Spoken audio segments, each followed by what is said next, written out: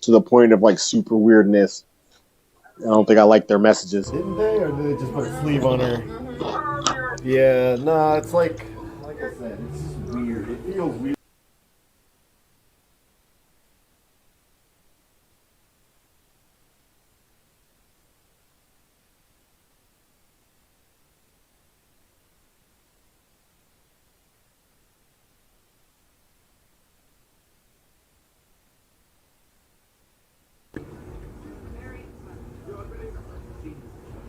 Like it's like It's weird. No, it's not how it goes at all. I'm like, I don't know. I've met a couple surfers. I'm pretty sure they wouldn't surf in like just their regular old bikini stuff. You know what I mean? Like,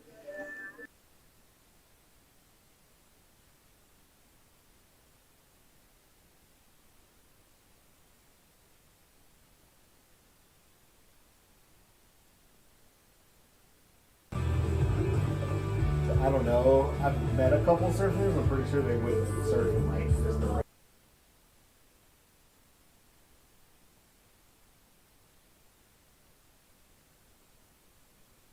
it's just cloudy.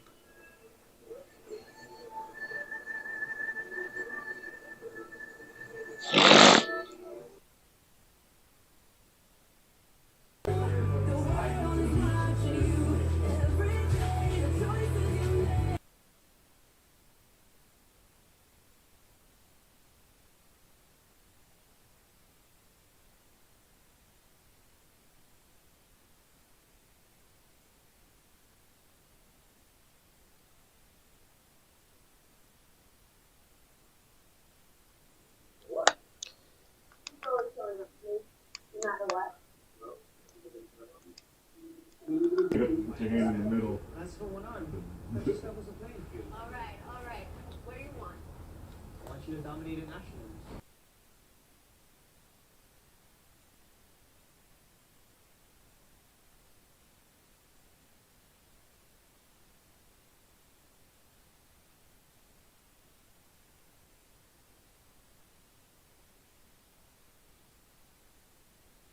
Excuses.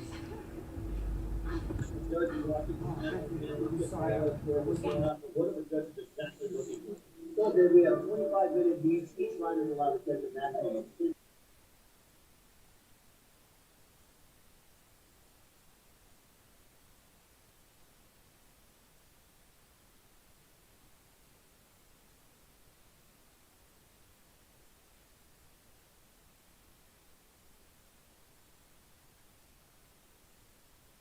Each rider is allowed to catch a maximum of 10 waves per heat. The best 2 waves for the final score. What the judges are looking for? Style. Continuation comes along. The greatest surfers, they all have their sixth sense. They know when the best wave is coming. You feel it.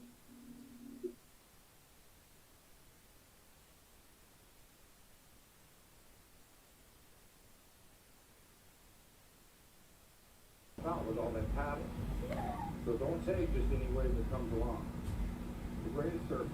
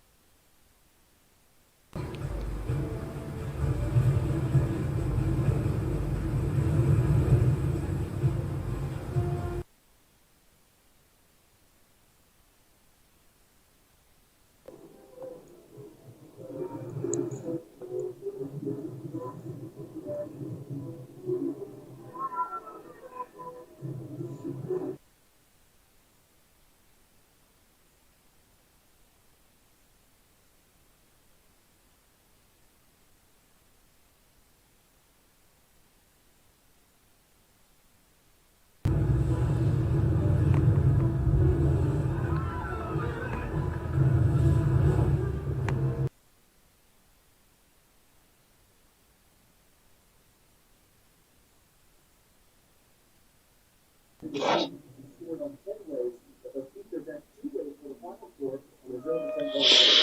And there's the run, and the heat is underway. Yellow, Layla Hurst. White, Najee Melamed, and an orange, Kalia Moniz, and the judges are looking for some progressive service.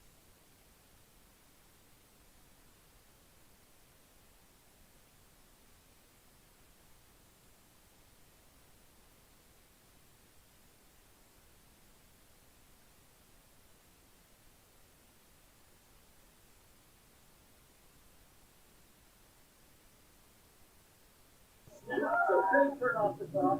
Comes around her competitor with an aggressive entry. Here's the Jay Melamed. The judges give her a 6.75. Joey Gray starts.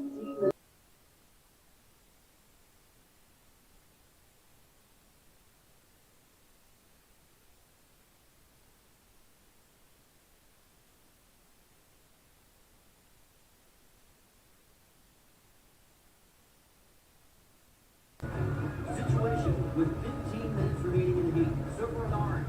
Kalia Moniz. USA.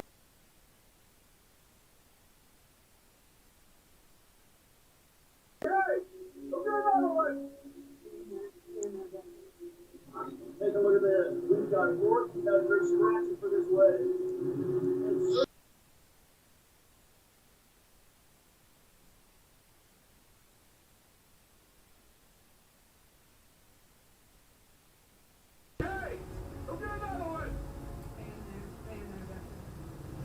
Take a look at this. We've got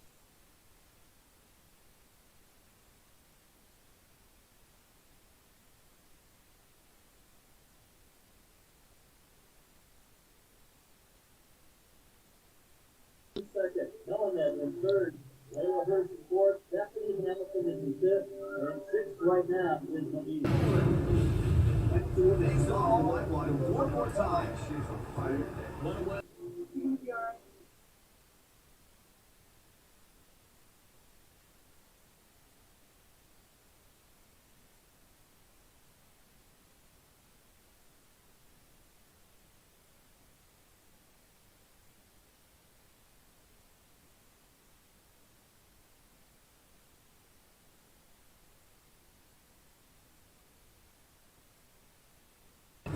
Precious time on the clock right now, Dave, and it looks like a run is rattling into a big wave on the outside.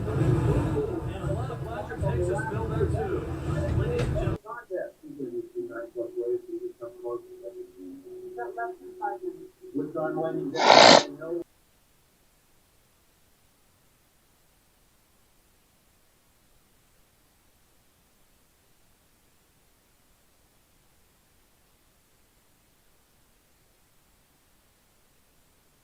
You can come close to catching. Got less than 5 minutes. with time winding down.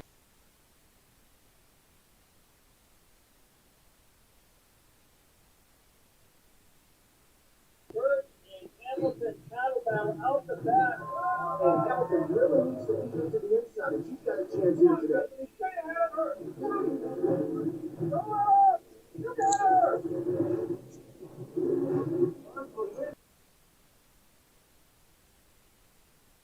Take a look at this. Burt and Hamilton paddle battle out the back. And Hamilton really needs to beat her to the inside, and she's got a chance here today. Stay ahead of her.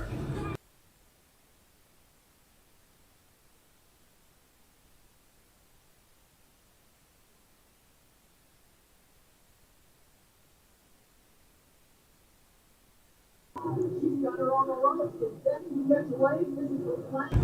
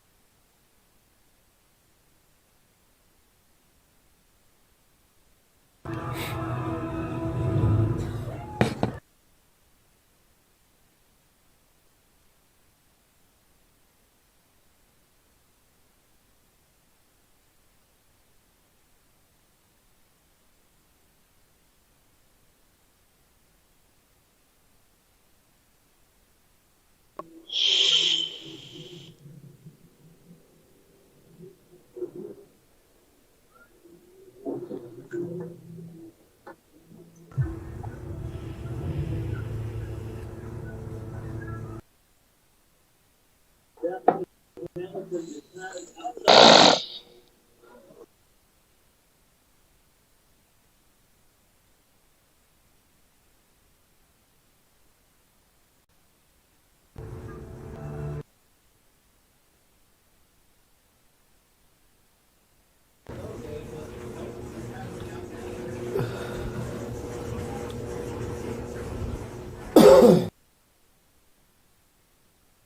the same time, a drink or some chat. Um, I knew that it was weighing on him a lot, the treatment he was getting.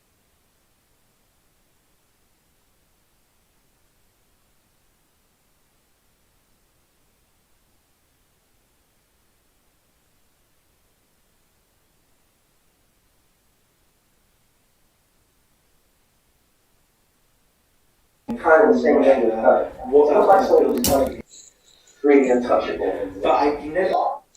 And we got him back to do the game of murder. It was then found, we were worried.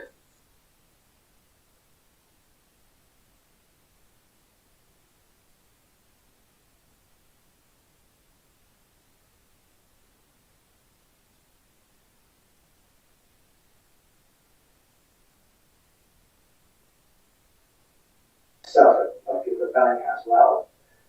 And it's just been very hard to know that this when he died, we're having a laugh about it on the internet. We have several of the items myself, I've given the bank and it's just been very hard to know that this still people who, when he died, were having.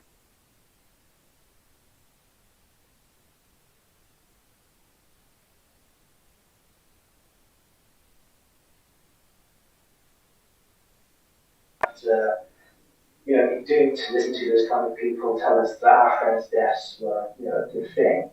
Ever again. There's a question here from James. Were, a good thing. Ever again. There's a question here from James West, who asks, when you're collaborating with people, how do you mitigate the danger of foreign intelligence services? Because we're looking for information that, it is assuming on government service and can be changed, and we know it's going to change. So we're always looking out for things that are suspicious. We always try to find another source.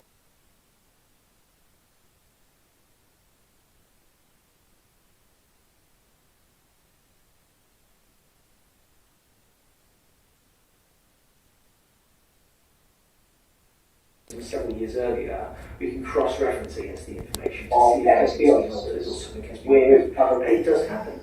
We have for some reason, I've never figured out why this is. Identity document. We figured it out because the photograph they swapped it to for a man look.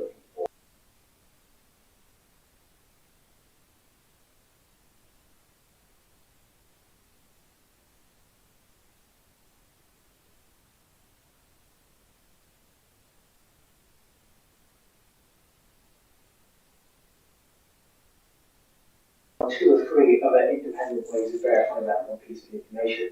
And sometimes when you're dealing with Russian spies, that's the way to do every single little detail of what we do. Okay, we use Fraser Christo, but he's just so methodical that I find that every single possible.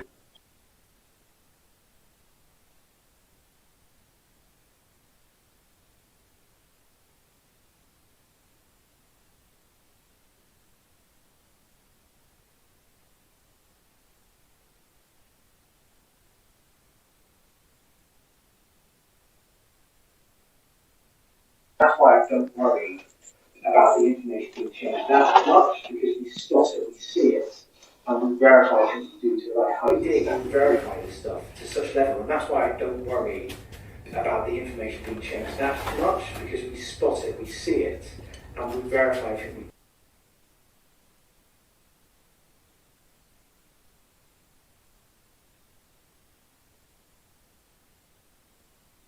Intelligence agencies quite a broad definition. So to be clear, we have worked with the Joint Investigation Team in relation to NH17 because we were finding evidence on the internet that by revealing could make it disappear, and we want.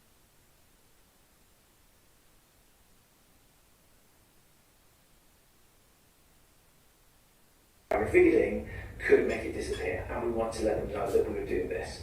So that's the kind of interaction we would have with an intelligence agency in the most broadest sense of the term. We are as careful as we can not to expose people unnecessarily. I think that's really, we try to be really.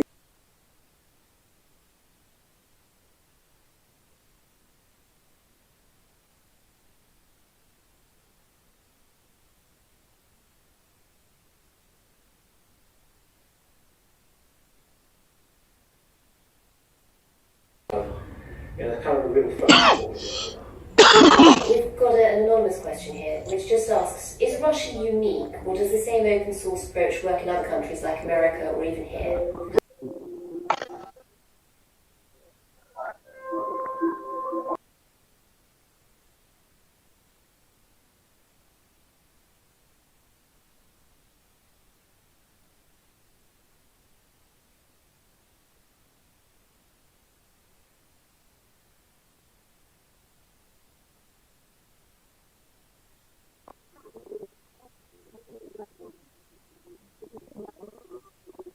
It's bizarre that this huge, powerful nation is just so weak, rigged down to the core of its being, that it's just leaking this information.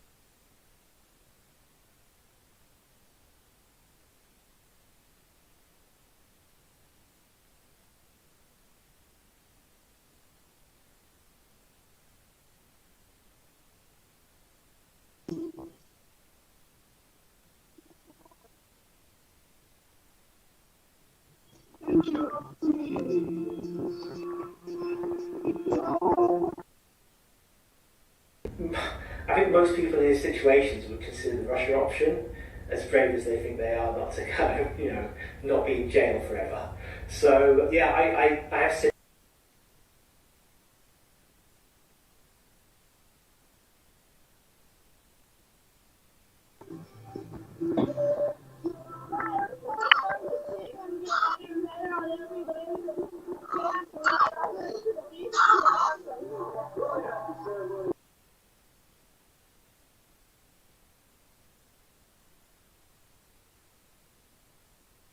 It uses that to recommend his films. And to be honest, I'm glad that it does, because, after you've been locked down for a while, you need some stuff to watch. So I think people.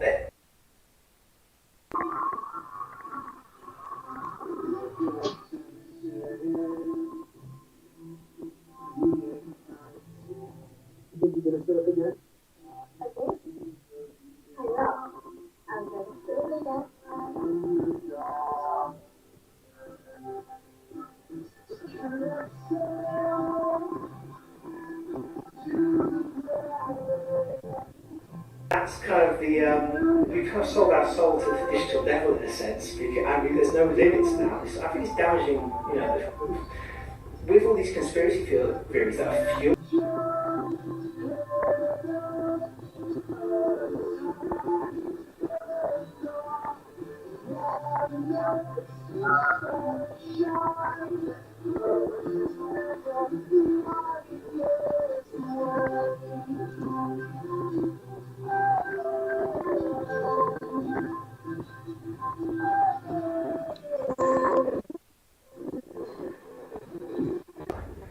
Where do we draw the line? Where is that still okay to have that deal? Do we really as a society know the deal we have with the social media companies?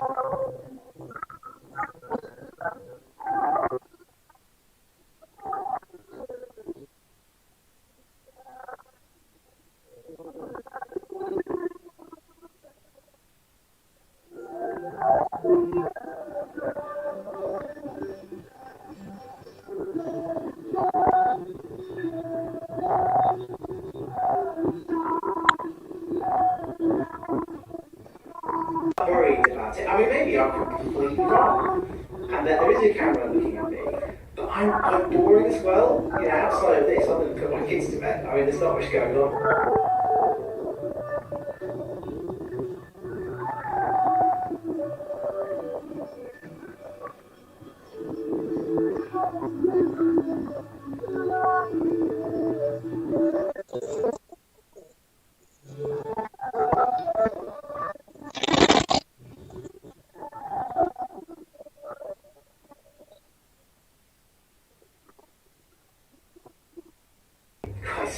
internet. I love going to new areas. You need and new people to involved. follow you. Well, it's like we've been working on stuff to do with conservation.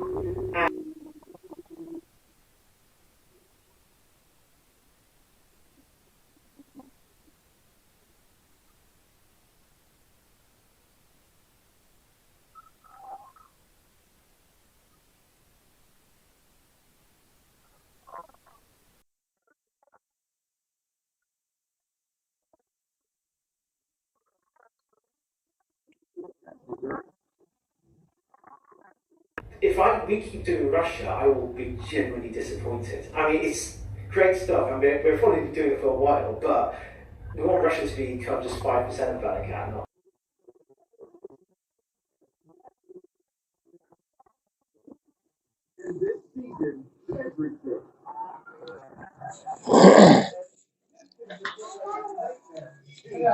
What you doing?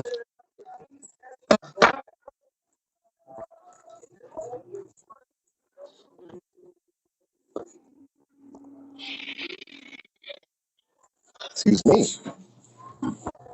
Immediately that we had a confession of an FSB officer on tape even before we released the first article. And then we had a whole week waiting for Putin's press conference. Running out how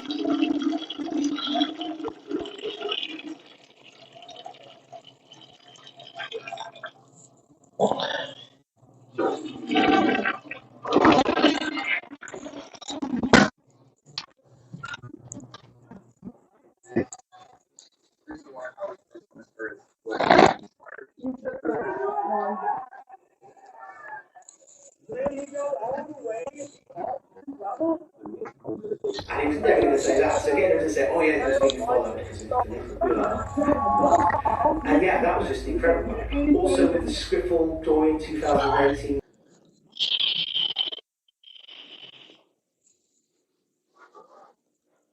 All right.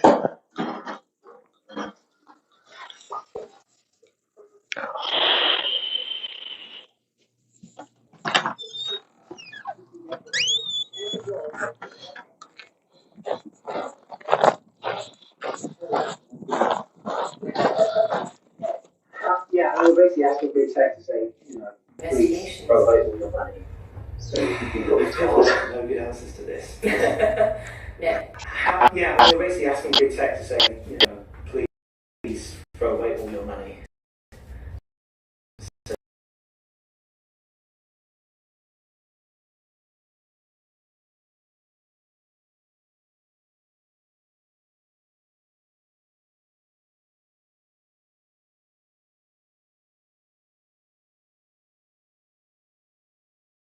Do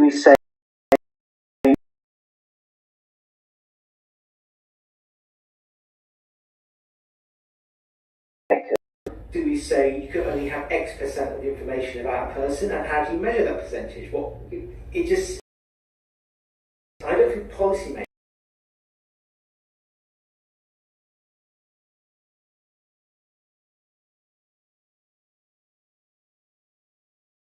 to non-politicians in the US, that you spent your entire life on the internet and understand it at that kind of very deep level they need. So I don't trust the people who would make those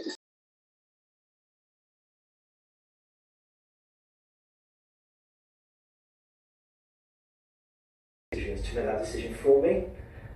And because of that, I think there needs to be a much more involvement in the old men and women of the internet. And it's going to be it'll be terrible, and we'll regret it, and we won't know what the results are, because it's like just, there's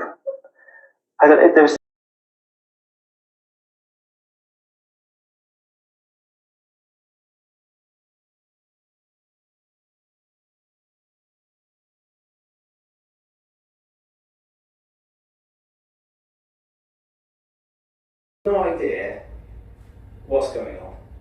So you counter a threat like that online? It's really difficult, because I think it's one of these communities that grows from maybe one of the kind of core functions of the internet is getting people who think the same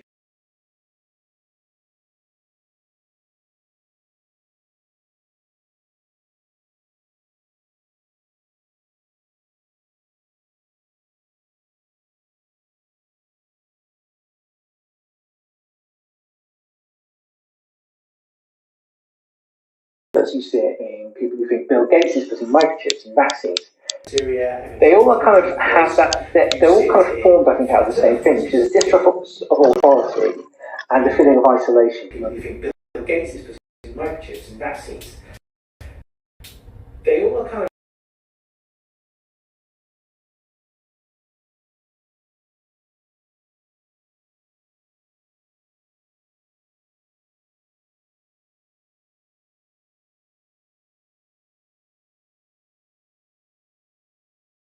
The Earth is flat, and that everyone else who says different is conspiracy theory.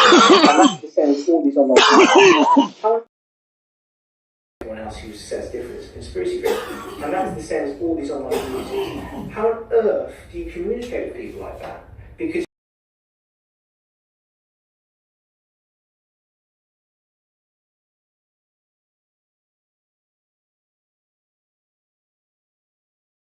you start banning QAnon everywhere, is that encroaching on their free speech, even though free speech is clearly very damaging?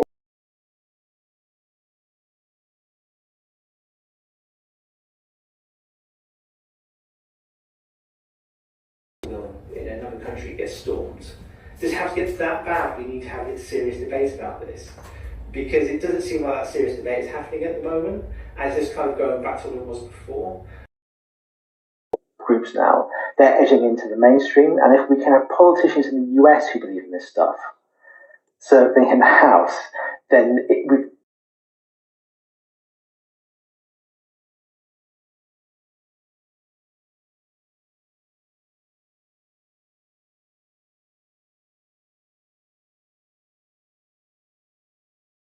that we could be in trouble, or a QAnon-like movement around something.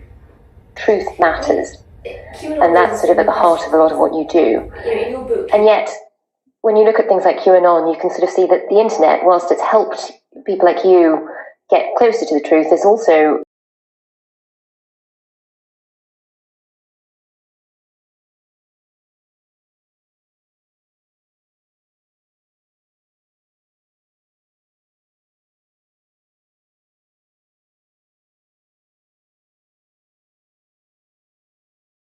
fake news. And it's often the information is coming from these communities.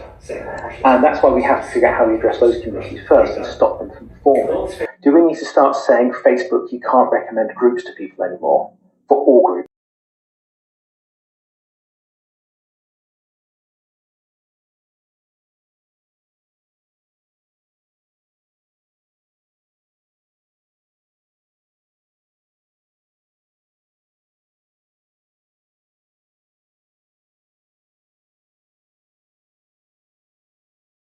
Do you manage to link them like they were planning to do? How do they, do we have to just keep repeating it? Because, again, it just never seems to be taken seriously. And that's why I think we have to have people.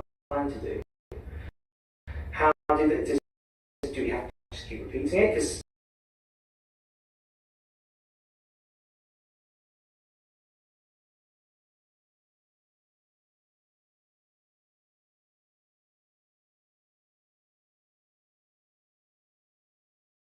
It's like a really weird time in history because we've never had a force that huge, I think, in the West before.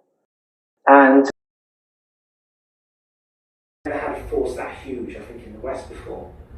And I don't think we really know how to handle it because we keep.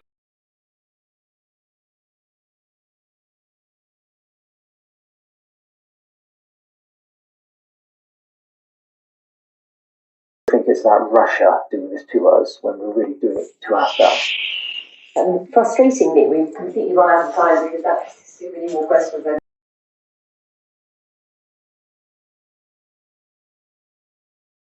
questions. I'd love to keep going. But Elliot, thank you so much for taking part in this event. Thank you to everyone who sent in questions. I'm sorry if we didn't get time to get round to them. We had hundreds of them coming in, so thank you.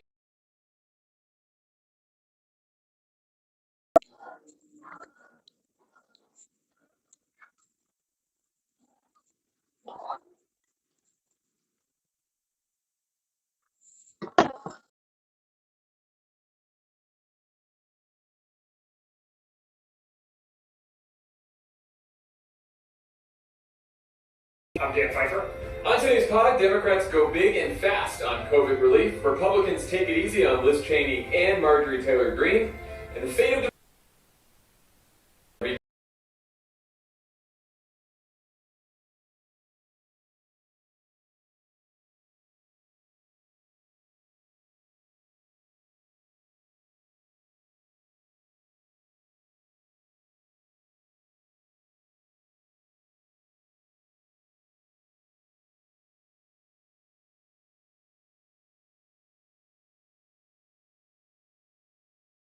Save the World. Ben Rhodes has written another book, which you can pre-order right now. It's called After the Fall. It's about Ben's travels around the world after Trump won, where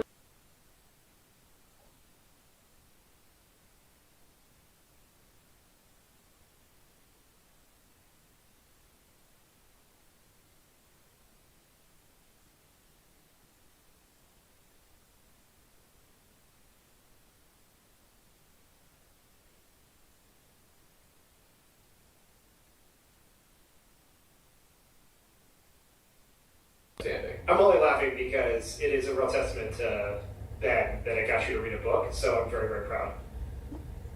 I only read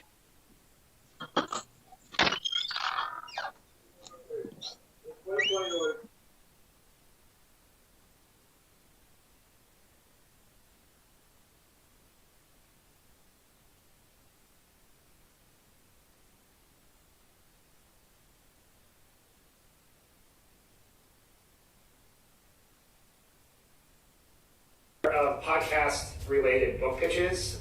Ben's pitch for why he wrote the book and what you can get from reading it on Pod Save the World is a Hall of Fame book pitch. So.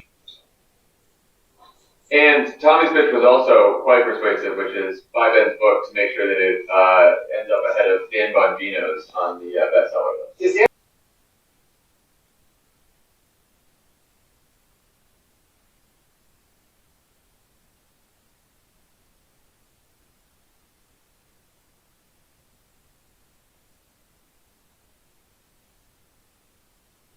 Let's start with a quick update on the negotiations over Biden's COVID relief plan.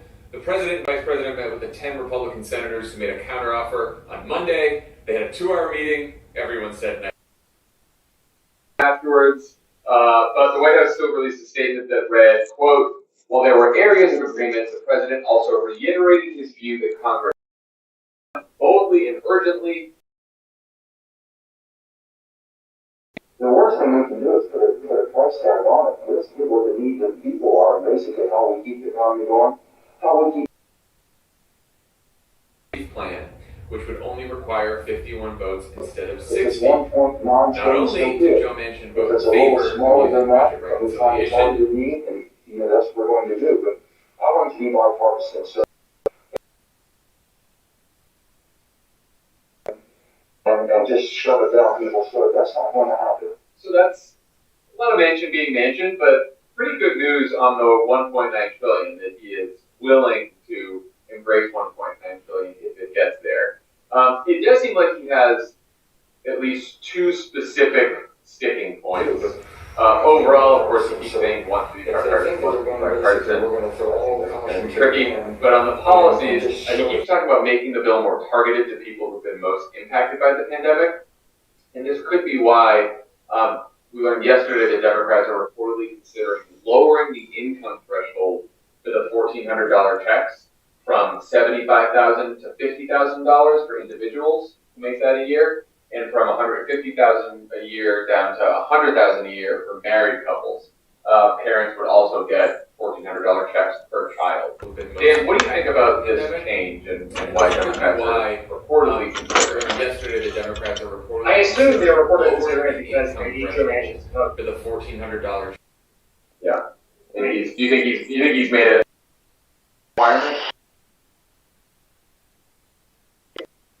You should be glad that he is open to a large bill, a number consistent with what I think this is a foolish move.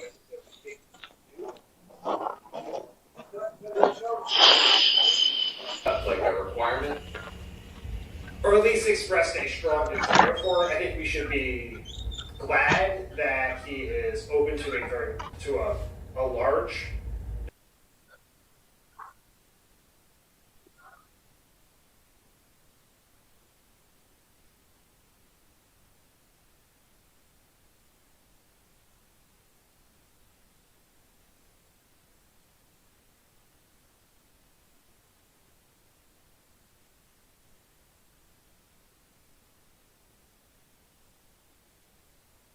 a historic recession in a pandemic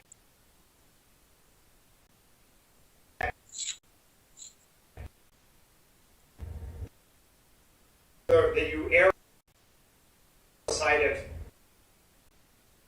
helping some people who need it less.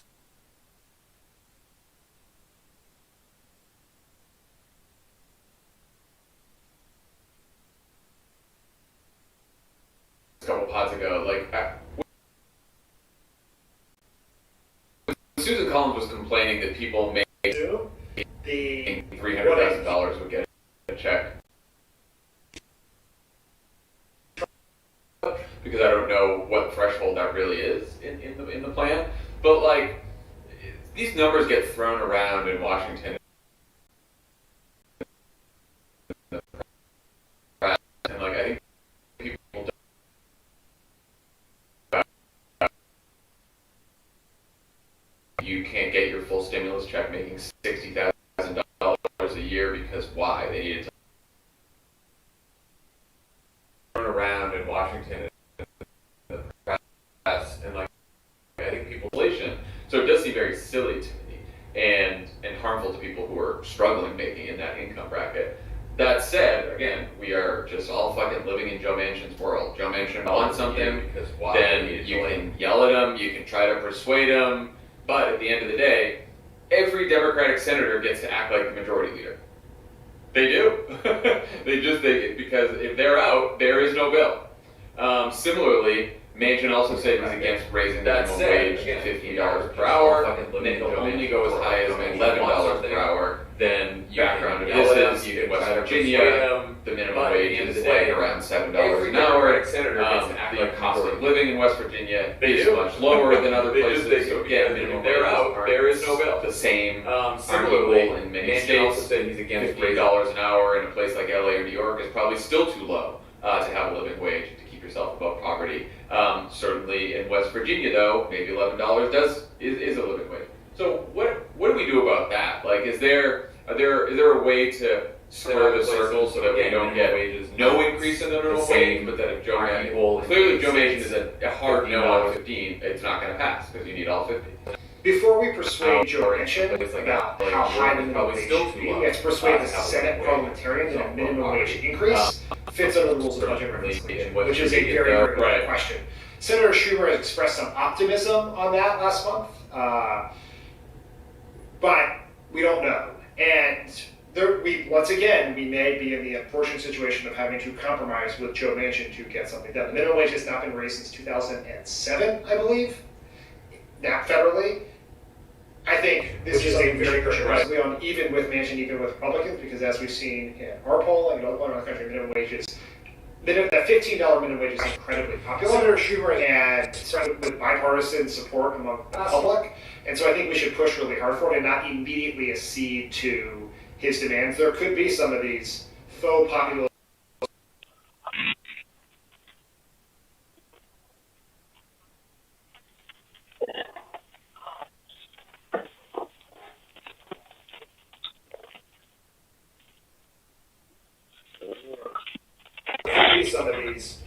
populist Republicans who could potentially be on board with a minimum wage. It's going to depend on, are we dealing with the minimum wage increase as part of a standalone piece of legislation that requires 60 votes because it is not viewed as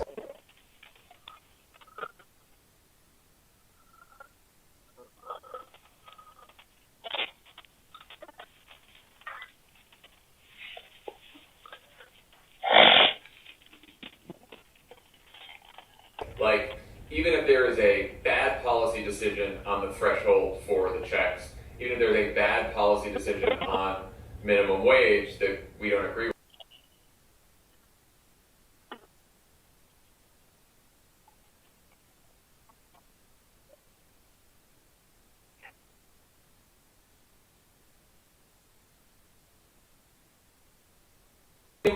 vaccination money, super important. The child care money, the rent money, there is so much in this plan that is really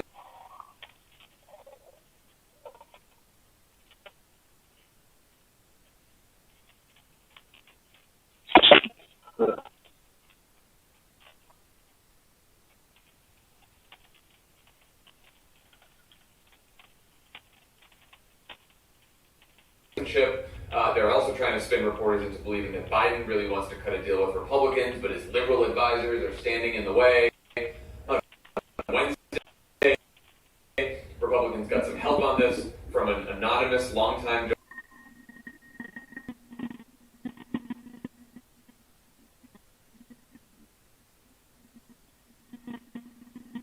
Republican votes is worth lowering the price.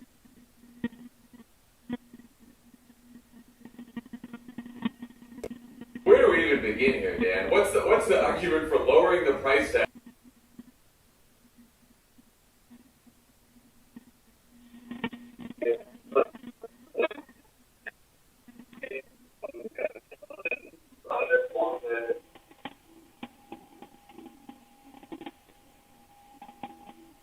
Certainly not someone involved with drafting the statement in the White House.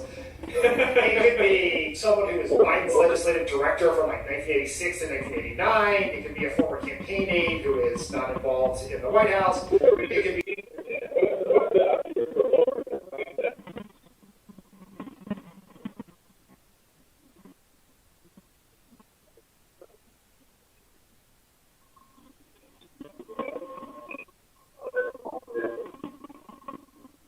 DC political press has bought into this narrative, especially Politico and other places. So it is out there, and this advisor sort of gave it more life, which is why we're bringing it up.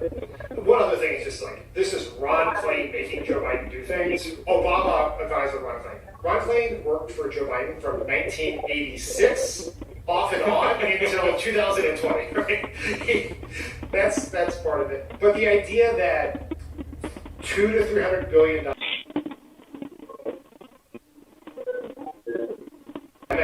control effort, just like where is the $200 billion? That is like talk about. How long have you been there? Jesus Christ! That's what you're like. Well, I don't know, a couple $100 billion for a vote. What are you talking about? But where does it come from? Are you going to do less money to get the vaccine out? Are you going to come with unemployment benefits for it? Speaks to a strain of political coverage and punditry. It's thinking that optics are more important, as I was going to say.